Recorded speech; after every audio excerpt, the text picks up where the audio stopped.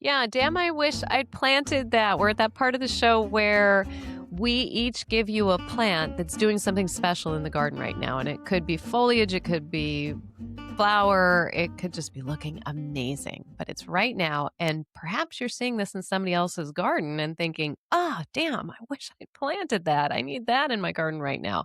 So looking at other plants in other gardens, what is yours, Leslie? Yeah, Erin's gonna be so cool because it's like, all right, the aim date on this is April 3rd, but she lives in Wisconsin. Wisconsin.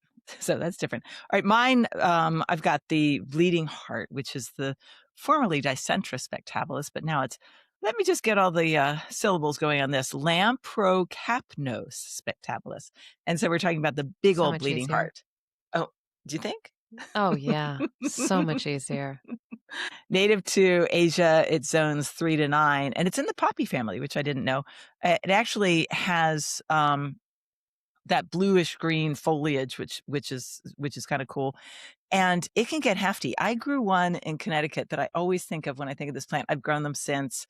They do not last nearly as long here in Virginia as they did in Connecticut. I was seeing something that was 3 feet wide on this one specimen that I had in Connecticut, and it just made me so happy.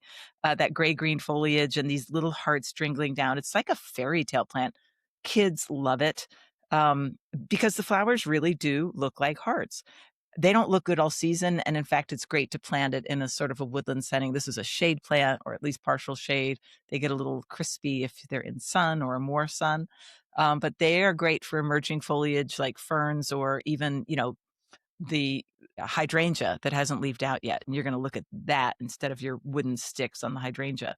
And then, of course, the best part of this plant is the lady in the bathtub part of the plant, which you guys know about, I'm sure. Lady in the bathtub. No. Do tell. Erin, Do lady in the tell. bathtub? Erin I know knows. about it. Do you? All Is right. she slutty? Oh, yes. She's How not about thinking. fecund? So you pick one of these hearts and you turn it upside down and you pull the two little parts apart. Leaves, or I don't know what you would call that. I'm sure there's some botanical name. Anyway, it looks like there's a lady standing, kind of naked, she's white, standing in a pink bathtub. Really? No way. Yeah. I didn't know that. I'll have pictures for YouTube. Yeah, no, it's enchanting. I mean, as if a kid didn't think that a heart-shaped flower was good enough. It's like even better than a fritillaria, like checkerboard. Oh my gosh, this is crazy. That is so Heart-shaped. cool. I thought that plant was cool enough, and now it just got cooler. And now you're going to go look for the lady in the bathtub. Okay. How long, Erin, do you have that Dicentra lasting for you into the season? Yeah, that's the problem. It doesn't last. It starts quite late for us, and it's really. I mean, I don't even know what it is, but it is a short. It's shorter than it should be for us because we just heat up. It just happens quickly. That window is small, but still, I mean, worth it. Doesn't matter. Still, totally worth growing. Yeah, I love it. I love gold heart. I like the gold heart one. That's Yeah, the beautiful chartreuse foliage with the pink. I bought a bunch of those for the minor road garden, and they look good the first year, but they didn't seem as robust as the others. Does that make sense? Yeah, I think that could be true. Yeah, that would make. I believe But that to be I true. will put a big vote in for the white, the Oh, Alba, it's because beautiful. it's very vigorous. Almost Mhm. feels a little chartreusey. It feels a little lighter than the main one, and it's a great plant. I like that one too. Well, I learned a little factoid that I am excited to I want to look around and find some flowers to flip open now. That would be the first thing I do this year when I see them bloom. All right, Erin, what's yours? Your damn, I wish I planted that for the very beginning of April. I have a good one. And Marianne, you and I have talked about this plant before, probably kind of extensively, actually. Petasites japonicus. Oh, we might be crucified for this episode. Oh, wait. Okay. I knew. Well, I actually thought, I'm like, should I? But I am. Let's talk about it though, because Go people for it. need to know about it. Yeah. So I think. Well, first I'll talk about this, and then we can talk about it's got some cousins that are questionable, but right now the reason why I picked this for right now, right at the beginning of April, is when it has the coolest flower, and that flower is sort of this ring of I mean, they kind of look like I think there was an episode of Star Trek where some weird little aliens popped up somewhere, and that's what it kind of reminds me of. But this sort of ring of chartreuse kind of covered leaves, and then there's this dome of little florets that kind of pops up, and they just sit there on the ground, and the whole thing is probably, I don't know, 8 inches across or something maybe. And there's no way anyone could walk by that plant and not make a comment about it. So it's cool in all stages, but the flowering stage is to me the part that is just otherworldly. And then what comes out of that is this enormous plant that has these big long petioles and these huge leaves. I mean, I think I measured one at 31 inches last year. I think I Whoa. tried to find the biggest one, 31 inches across. Huge leaves. It's a very tropical looking plant, which I love a little bit of that, Zone 5 to 9. It's a boggish plant. So this thing needs consistent moisture. I planted mine on the edge of our little creek kind of boggy area that runs through. I think it does a really good job stabilizing the bank, actually, because it is rhizomatous and it moves around. I actually got it from a neighbor down the road, and she said, "You can take as much as you want, but I would not take too much because it does spread happily, I would say." Some people know it as yuki, which is what it is called because it is edible. The stems are edible and Huh. petioles, I guess. Those are edible, and it's a kind of a Japanese culinary treat, apparently, which is known as yuki. So I did look up why it's called Butterbur. Apparently, another one of the common name is sweet colt's foot. Who knows where these common names come from? Yeah. But Butterbur supposedly came because they used to use the leaves to wrap butter in hot weather. That sounds like Oh. a convenient excuse to come up with the name. I don't know.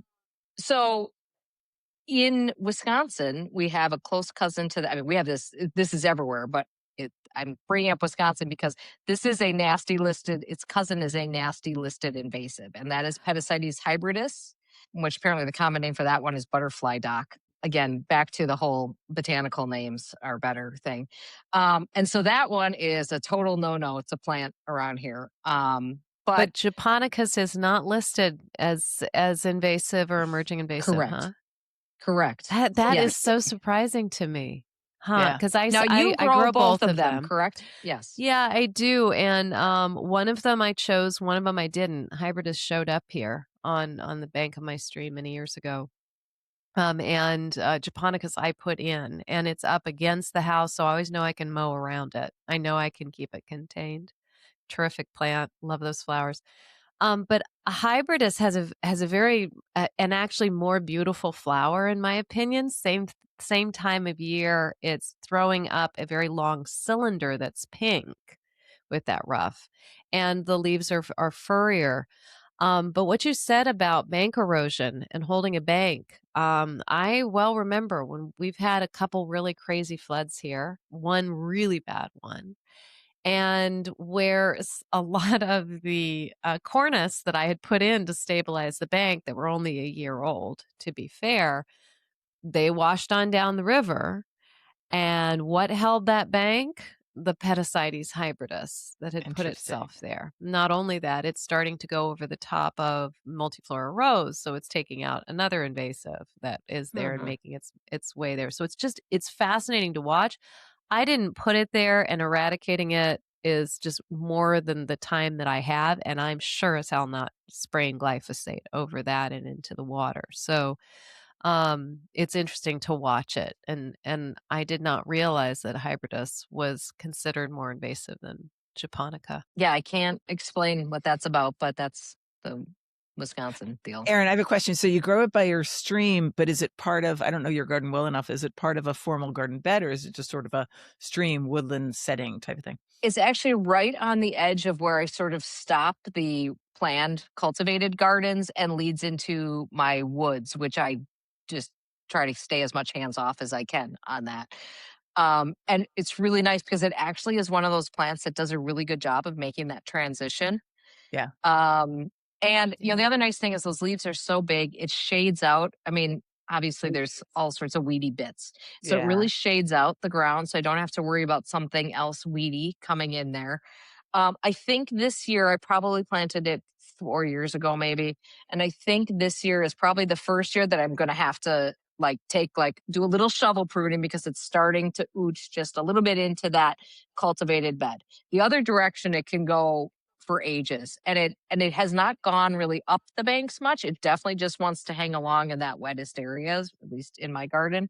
I love the plant. I do like having plants that catch people's eye. I love It is the fun. process of watching people walk through my garden and to see what they notice. And Yeah. everybody notices that plant at every stage. It is one that every time I talk about it though, I do put an asterisk by it and say, find out if this is really the right plant for you, because there are some characteristics of this plant that certainly make it not right for every garden. And there's some variegated cultivars and also some bronze cultivars, sort of purpley bronze. I grow those too. And those are, sort of like this big. They're maybe Mm. 6 to 7 inches across, not quite as vigorous. So I think it's a wonderful plant. I really like it. But I do have to pull it out from moving towards some hellebores that I put in, some ice and roses hellebores.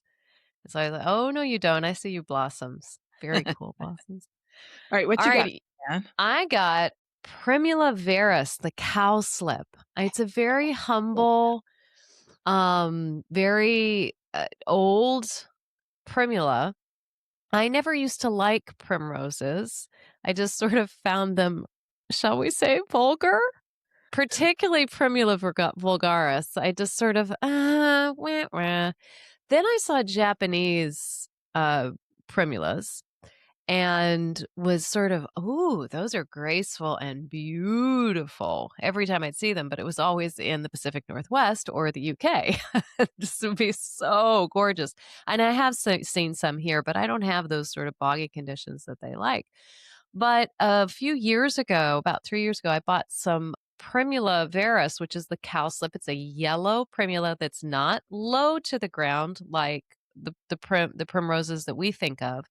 And it's not tall like the Japanese primroses that send that stalk up with those flowers, but it's somewhere in between. And it's a very clear yellow.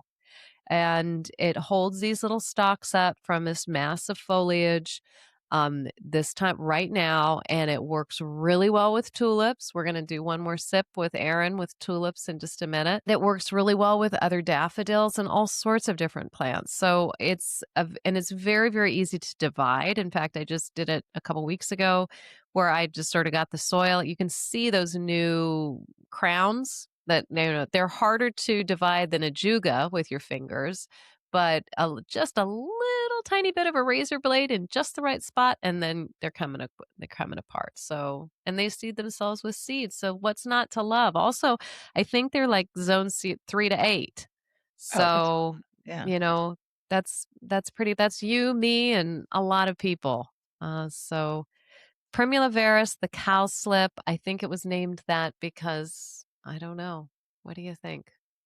Was No maybe idea. growing on cow Cow patties or slipped on it. something. The kind of cow slipped on it. I have absolutely no idea, but I think it's the slip part. I think is beautiful. It's very elegant and sweet.